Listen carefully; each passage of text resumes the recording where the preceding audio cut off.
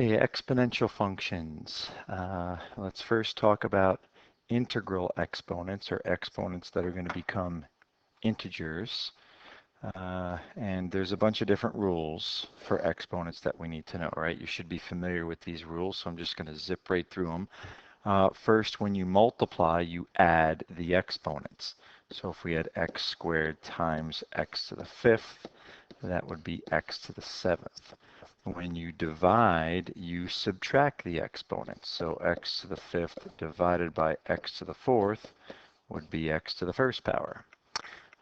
Thirdly, when you raise a power to another power, you multiply. So let's say if I had x to the third power raised to the sixth power, that would be x to the 18th, or 3 times 6.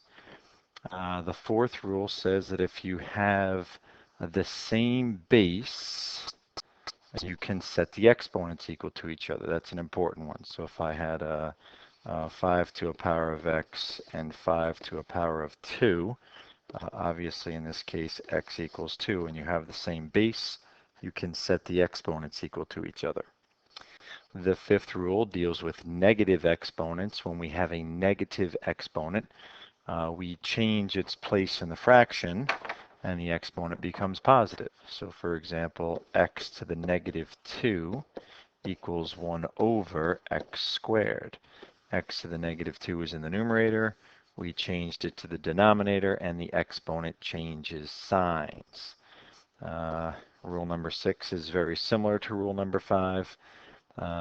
It's when you have a fraction that is raised to a negative exponent, all you do is flip the fraction, all right, and the exponent changes signs. So for example, if I had 2/3 to the negative 3 power, that would be 3 over 2 cubed.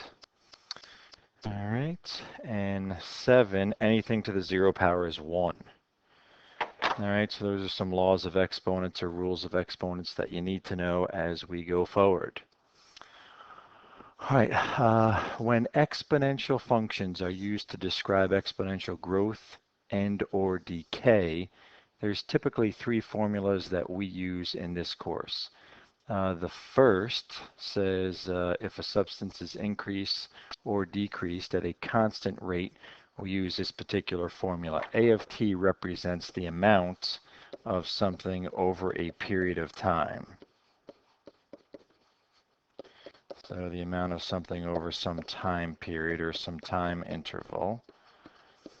A sub 0 represents the initial amount, or the amount at time t equals 0. 1 obviously is just in the formula. The plus or minus refers to whether it's growing or decaying. So obviously plus if it's growing and minus if it's decaying. R obviously refers to the rate at which it grows, or the rate at which it decays. And T is time, right? We had time over here as well. So I guess it would be nice if I spelled that properly. T-I-M-E, time. All right, we will do an example, using the formula in number 1, or maybe the formula in number 2 in 1 second. So let's just quickly take a look at the formula for number 2. I'll keep the formula for number 1 up there so you can see it, because it's very closely related. The second one says we tweak the first formula if there are 2 different times involved in the problem. And this is more typical in our course. So what they're going to ask you for is the amount of something over a particular time interval, right? That's still the same. To figure that out, we need the initial amount. That's still the same. Plus or minus refers to growth or decay. R refers to the rate, and this is where we get a little tricky, because T, this is a T up here. And by the way, this was a T up here as well. I don't know if you can see that, but that is a T. So obviously T refers to time. But then there's going to be a second time involved, so I'm going to call that Z. And Z is going to represent the time in terms of the rate. So they'll say, something grows 3% every 5 years, or something decays 2% every 8 years. So that particular time value will be represented by z. This t is usually the bigger number, which it usually is, but that's not always the case. All right, and then the third and final formula that we sometimes use in here, but it's more a physics-based formula, is a half-life formula. So again, the amount of something over some time period. What's the amount of radioactivity 21 years from now? Well, you get the initial amount. Maybe there's, I don't know, 15 kilograms of radioactivity. 1/2 represents 1 minus 50%, right? Because think about it, it's a half-life. So this thing is being reduced by half. It's being reduced by 50%. So really inside the parentheses here, you're doing 1 minus 50%, which is 1 minus 0.5, which is 0.5. And then again, t represents the time. So if we're looking for something over 21 years, that would go with 21. And then they're going to give you the time for the half-life as well. They'll say, this radioactivity has a half-life of, I don't know, 6 days or 6 years or whatever time represents. All right, so again, this is kind of similar to formula number 2, where you've got 2 different times at play here. All right, so those are the basic formulas. Let's take a look at an example. This one we're going to actually use number 2, formula number 2. So let's see, it says the current enrollment in a school is 320 students. According to the most recent census reports, the school is told to expect an increase in student enrollment of 6% every 5 years. How many students can be expected to be enrolled in 17 years? Okay, so here we've got 2 different times, right? We've got one time value, and then we've got a second time value. So that's where we're going to need that second formula. So let's write it down. The amount of something over time is going to equal the initial amount times 1 plus or minus. Well, here the rate is increasing, right? Well, I guess we'll just put down r. And then t over z, right? All right, so now let's fill in these individual pieces here. A of t is going to be the amount of students that we have in 17 years, right? That's the question. How many students can be expected to be enrolled in 17 years? So t is going to represent 17. All right, so that'll tip you off as to what that value is. A sub 0 is the initial amount. We initially have 320 students in the school right now. 1 plus, we said 6%, right? So we'll put 6% in there. And then remember we said that t was 17. And then this z value, which is another time, refers to the time in terms of the rate. So it says that it increases 6% every 5 years. So z, which represents the time in terms of the rates, is 5 in this particular case. All right, and that is it. And then we just compute that formula, and it's as simple as that. We're done. So let me just grab my graphing calculator for you here. 320 times 1.06, right? Raised to the, now here you have to be careful, right? Because you want to put 17 divided by 5 in parentheses to make sure that 1.06 is raised to the 17 divided by 5 power. All right, so about 390 students. That would be the amount of students that we could expect in 17 years. All right. Okay, let's talk about rational exponents now. So I just went through some rules for integer exponents. Rational exponents are going to be a little bit different. We can basically add to this list of rules here. And the rule that we want to write down is when we raise something to a fractional or a rational or a ratio exponent, the denominator of that exponent becomes the root, and the numerator of that exponent stays as an exponent. So for example, if we had x to the 2/3 power, that would convert to the cube root of x squared. And you should note that I could put the squared outside like I did, which I personally like to do, or you could put it inside the radical. I personally don't like to do that. I like to keep it outside, but it doesn't matter. Either spot will give you the same answer. All right, so that's how we're going to deal with rational exponents. We're going to turn them into radicals, and then we're going to solve them.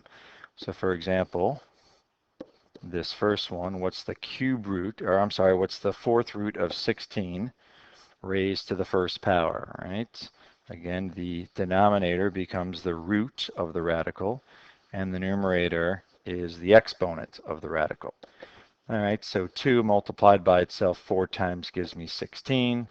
2 to the first power is 2. All right, how about 16 to the negative 1/4 power? All right, so now we're combining these rules. We've got a negative exponent. So first, we want to make that exponent positive. All right, so I'm going to change its place in the fraction. And then this is going to be 1 over the 4th root of 16 to the first power, which is 1 over 2 to the first power, which is 1/2. All right, C, 8 to the 2/3. All right, so 8 to the 2/3 is going to be the cube root of 8 squared. All right, denominator is the root, numerator is the exponent. So let's do this first. The cube root of 8 is 2. 2 squared is 4. All right, D, 8 to the negative 2/3 power.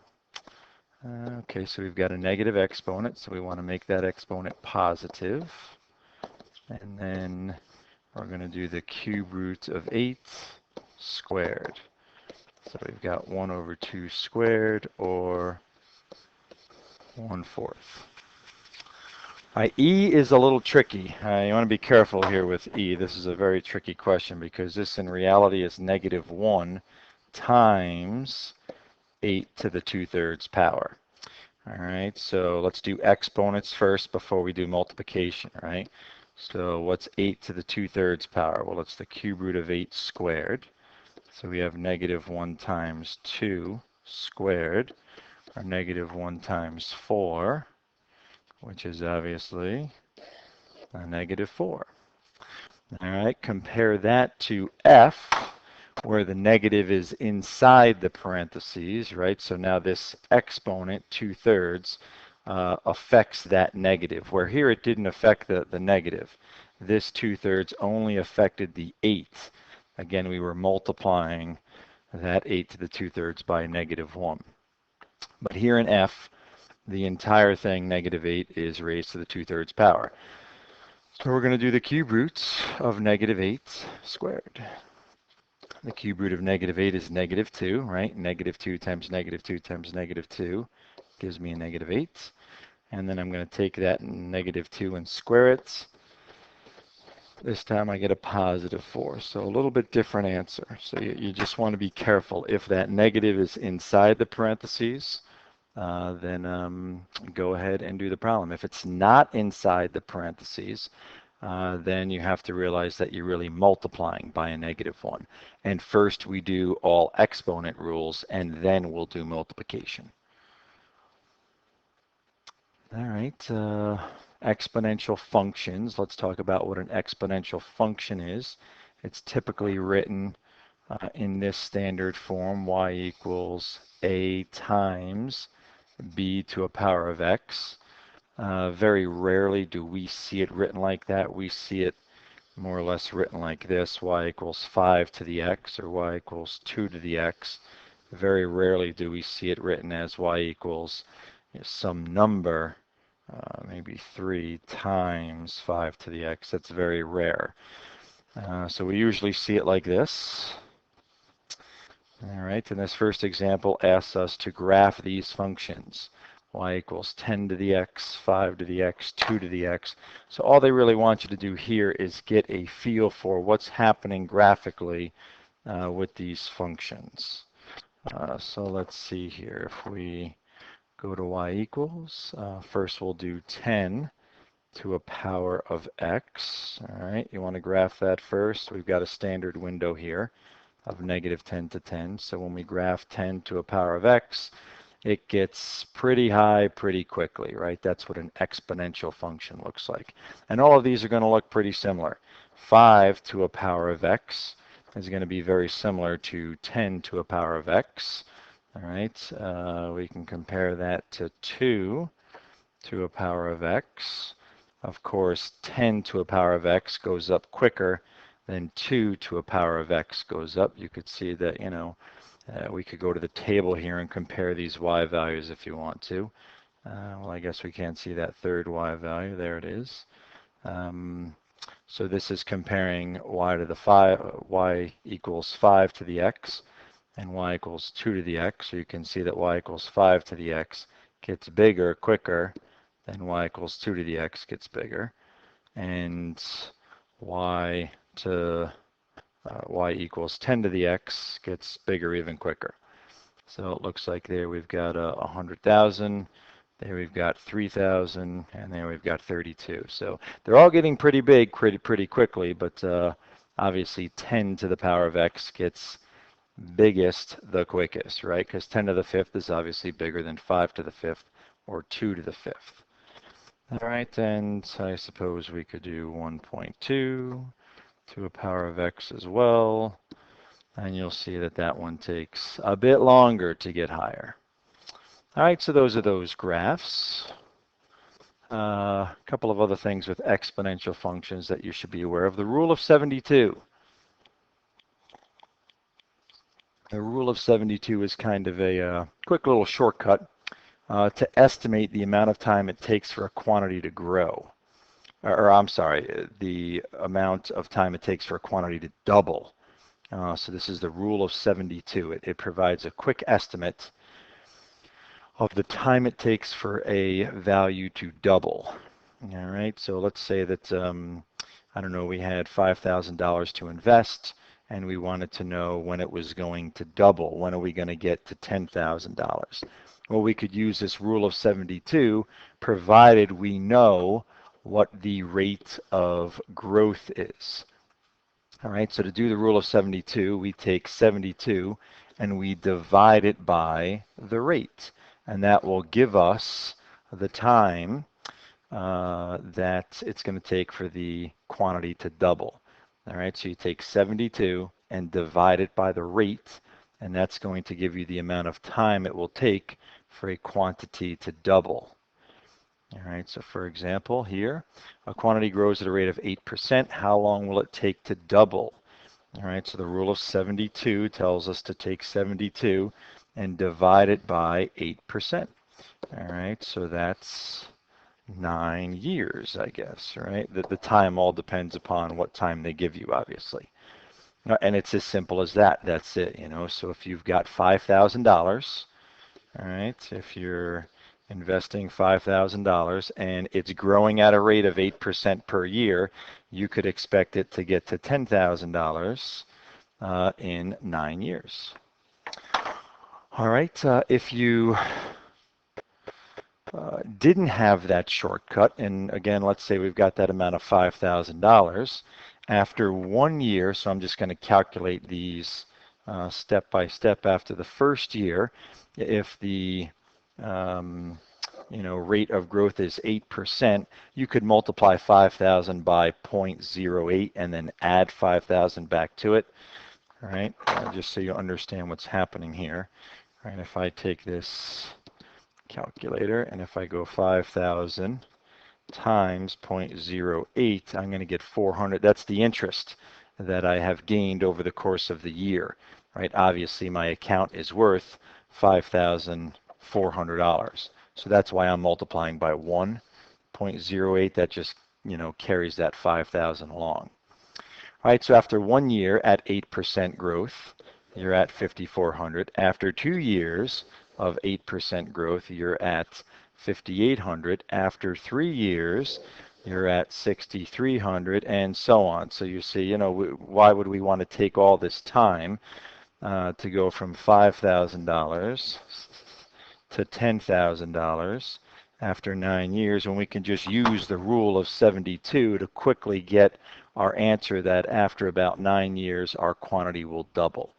All right, and you see it doesn't exactly double. Of course, we're $4.98 short, but we did say that the rule of 72 is an approximation, right? It will give you a pretty darn good estimate as to the amount of time it will take for a quantity to double given its rate. All right, let's talk about e, the number e, and the function e to the x. E was discovered by using this formula, 1 plus 1 over n raised to a power of n, and you put in bigger and bigger values for n. That deals with limits, and we'll be talking about limits when we get into calculus, but you know, we don't exactly understand what's going on here with limits right now, but I can give you a pretty quick snapshot as to what's happening. Let me just go to the calculator here for a second. So if I went to y equals, let me get all these guys out of here, and I typed in 1 plus 1 divided by x, all raised to the power of x. All right, and I graph that, not that we want to take a look at this graph. And then we go to the table, right, and we start plugging in values for n, right? So we're going to plug in values for n that get bigger and bigger and bigger. That's what this means. The limit as n approaches infinity, we want to know what's going to happen as these values of n go to infinity, as n goes from 10 to 100 to 1,000 to 1,000,000. That's really what we are interested in. So here we've got n equals 1, right? So I think you can see there that if n equals 1, 1 plus 1 is 2, 2 to the first power is 2. All right, so we could calculate that without a graphing calculator, but as we plug in 7, you know, as we plug in 8, we'd get 1 plus 1 over 8 raised to a power of 8, and so on. So as we get bigger and bigger and bigger, the number that we are approaching, you see here I'm up to 50 now, and I'm almost at 2.7. Well, if we keep going basically to infinity, the number that we are going to approach is 2.718. All right, so again, if you didn't understand what was going on with the calculator, or you don't understand this idea of a limit, don't worry about that. That's not a problem. This guy, Leonard Euler, in the 1700s, discovered this stuff, and we will talk about it a little bit more in depth when we get to calculus, because limits are a calculus-based idea. But for now, all you need to know is that e, the number e, is approximately 2.718. Similarly to that, you know that pi is approximately 3.14, all right? So it's just the same type of thing. Pi is some constant number that happens in math. Same thing with e. It's some number that we need to know is approximately equal to 2.718. All right, so we'll do a couple of things with this. All right, we will approximate e. So I'm going to hit second and then ln, because that's how I get e on the calculator. And I'm going to type in 2. So e squared is approximately 7.389. If you wanted to, 2.718 squared is approximately the same thing, right? So that's why e is approximately 2.718. All right, to sketch the graphs of these, I don't really think we need to do that, because obviously y equals e to the x and y equals 2 to the x are going to be pretty similar, right? So if I typed in 2 to a power of x, there it is. We've already seen that graph. If I went to y equals and I typed in e, again, to get that, I'm going to do second ln to a power of x. That is basically the exact same thing, right? Well, not the exact same thing, because this is a base of 2, and this is a base of 2.718, but you get the idea. All these exponential functions, you know, have the same general shape. All right, let's talk a little bit about exponential equations and changing bases. If you have an exponential equation, that means that you have a variable in the exponent. So that's what exponential equations are. That's what exponential functions are, right? All of these functions, e to the x, 2 to the x, 5 to the x, all of these functions have x as an exponent. Remember, we define exponential functions to be y equals a times b to a power of x. And remember, I told you we were going to very rarely see an a in front. We usually just see it as b to some power of x, b obviously representing some base. All right, so here's what we're going to be dealing with in terms of these exponential equations. First, x is going to be a base, not an exponent. So to solve for x here, we've got x to the 2/3 power equals 9. All right, to get rid of this exponent, 2/3, I'm going to raise the left side of this equation to the reciprocal power. So we've got 2/3 as an exponent. I'm going to raise it to the 3/2 power. Of course, whatever we do to one side, we have to do to the other side to be mathematically legal, and then we can solve it. Now, the reason why this works is because on the left side here, when we raise a power to a power, we multiply, right? So we're doing 2/3 times 3/2. Of course, these guys cancel out, and we're just left with x.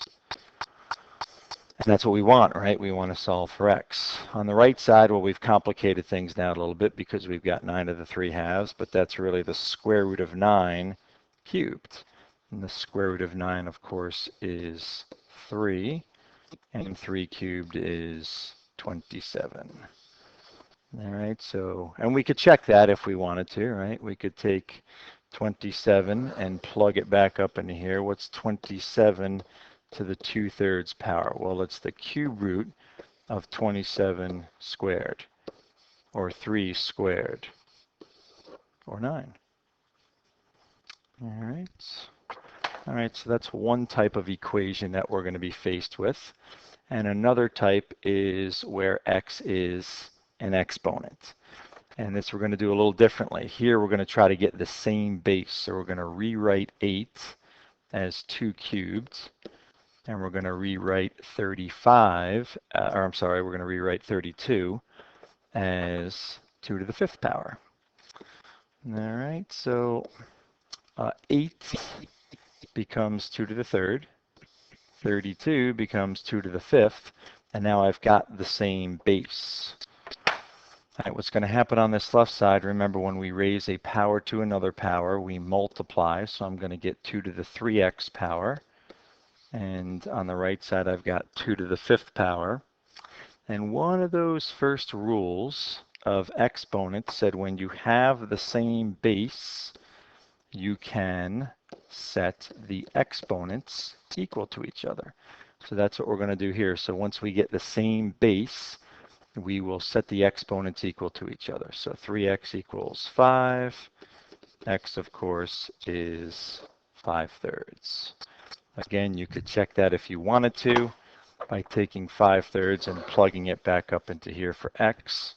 What's 8 to the 5/3 power?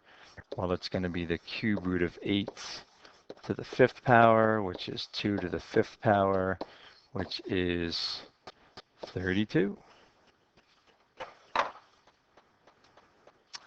All right, so I hope that helped with exponents.